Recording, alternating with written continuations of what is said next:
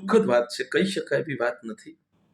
ગુજરાતની એક દીકરી કિંજલ ખાંડ ગુજરાત રાજ્યના અરવલ્લી જિલ્લાના માલપુર તાલુકાના વાવડી ગામમાં અતિ વરસાદના કારણે ગઈકાલે 27 તારીખે રાત્રે 11 થી 12ની વચ્ચે દિવાલ પડી અને એને તાત્કાલિક સારવાર મોડાસા હોસ્પિટલ, પછી હિંમતનગર હોસ્પિટલના પછી અમદાવાદ હોસ્પિટલ, અને એણે એના શ્વાસ છોડી દીધા. દુઃખ સાથે તો એ કહેવું પડે છે, ગઈકાલે માલપુર તાલુકા વિસ્તારમાં હતો, રંભોડા ગામમાં, ત્યારે મેં પ્રશાસનને પણ વિનંતી કરી હતી કે આપ સર્વે કરાવો.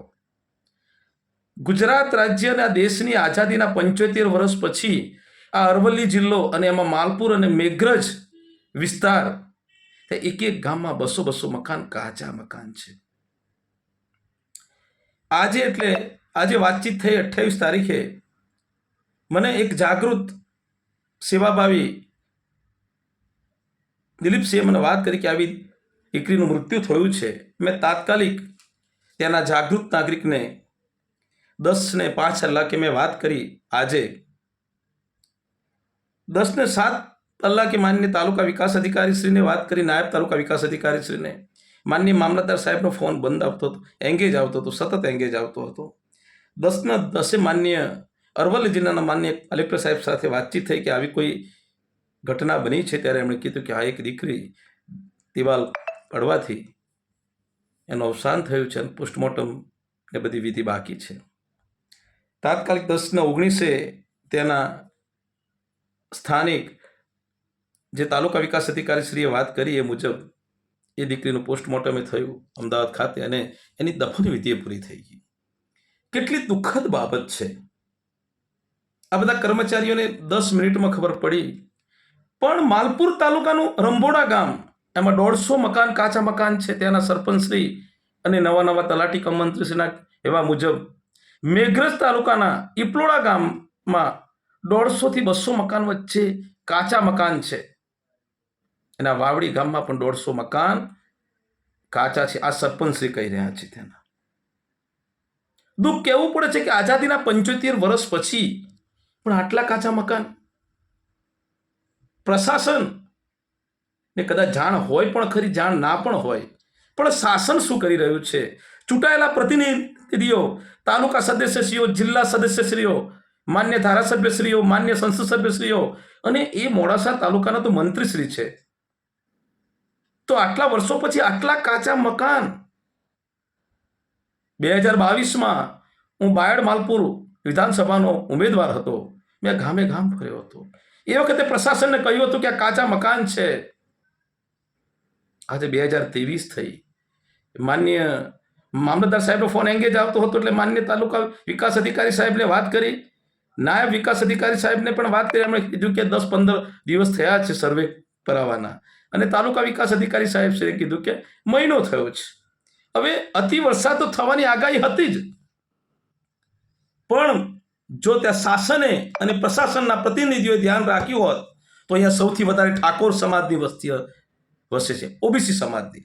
એટલી બધી કરુણતા છે. હું પૂરા ગુજરાતને કહું છું, 182 ધારાસભ્યશ્રીઓ અને 26 સંસદ સભ્યોને વિનંતી કરું છું, એક દિન ગુજારો માલપુર મેઘરજમાં. તેના લોકોની પરિસ્થિતિ ખબર પડે કે કેટલી દુઃખદ ઘટના છે.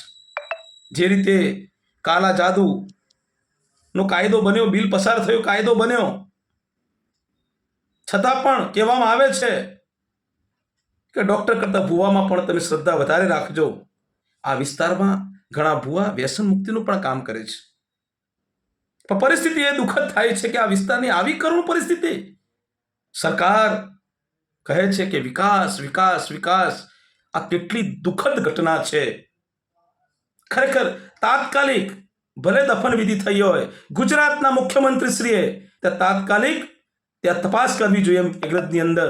અને હું ભારતના માન્ય વડાપ્રધાન સાહેબને કહું છું કે તાત્કાલિક તમે ગુજરાતની મુલાકાતે આવો અતિ વરસાદના કારણે અને માલપુર મેઘરજની મુલાકાત લો. કે ગામે ગામ આપનું સપનું હતું કે ગામે ગામ પાકા મકાન બનાવવા, ત્યારે માલપુર મેઘરજની અંદર હજારોની સંખ્યામાં કાચા મકાન છે. હું 3 ગામની વાત કરું છું, માલપુર નું વાવડી ગામ અને રંભોડા ગામ. ત્યાં 150-200 કરતા મકાનો કાચા મકાન છે. મેઘરજનું ઈપલોડા ગામ ત્યાં 150 થી 200 મકાન કાચા છે. જો મને 1 કલાકમાં ખબર પડતી હોય કે આટલા કાચા મકાન છે તો પ્રશાસનના માન્ય તલાટી કમ મંત્રી શ્રી, માન્ય નાયબ તાલુકા વિકાસ અધિકારી શ્રી, સંબંધિત અધિકારીશ્રીઓને પણ ખબર હશે અને શાસનને પણ ખબર હશે, ત્યાંના સરપંચશ્રીઓને પણ ખબર હશે. એટલે માનનીય વડાપ્રધાન સાહેબને પણ વિનંતી કરું છું કે તાત્કાલિક આની મુલાકાત લે. આજે ભલે 28 તારીખથી છે, મારું દિલ રડે છે.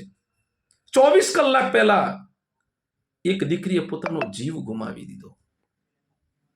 6 વર્ષની કિંજલ ખાંટ, એના મમ્મી પપ્પાને કંઈ વાગ્યું છે, પણ આ બહુ દુઃખદ બાબત છે. એટલે ફરીથી કહું છું, ગુજરાતની 7 કરોડ જનતાને અને ભારતની 125 કરોડ જનતાને એક દિન ગુજારો માલપુર મેઘરજમાં. તમને વિકાસ જોવા મળશે કે આની પરિસ્થિતિ શું છે. એક જાગૃત નાગરિક તરીકે હસમુખ સક્સેના ફરીથી વિનમ્ર ભાવે હું લોકોના કાન ખુશ કરવા માટે વાત નથી કરતો. તમે ત્યાં સંવિધાનની સાચી અમલવારી કરો, ત્યાંની પરિસ્થિતિ જુઓ, ત્યાંના રોડ રસ્તા જુઓ. આ પન્નાલાલ પટેલનો વિસ્તાર છે. પન્નાલાલ પટેલ જે થઈ ગયા, લેખક, કવિ, જે માનો તે, એમની જન્મભૂમિ છે. જનતાને એક દિન ગુજારો માલપુર મેઘરજમાં.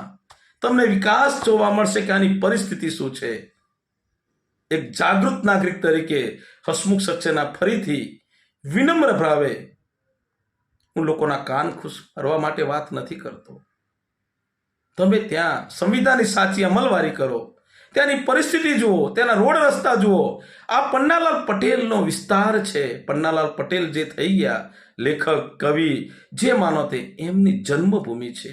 ત્યાં આટલા બધા કાચા મકાન. ઠાકોર સમાજ વસે છે, ઓબીસી સમાજ વસે છે. આટલી વેદના ખરેખર બહુ દુઃખદ છે. ફરીથી વિનંતી કરું છું કે માન્ય વડાપ્રધાન શ્રી માલપુર મેઘરજની એક 6 વર્ષની બાળકી માટે મુલાકાત લે. જય સંવિધાન, જય જય ગરવી ગુજરાત.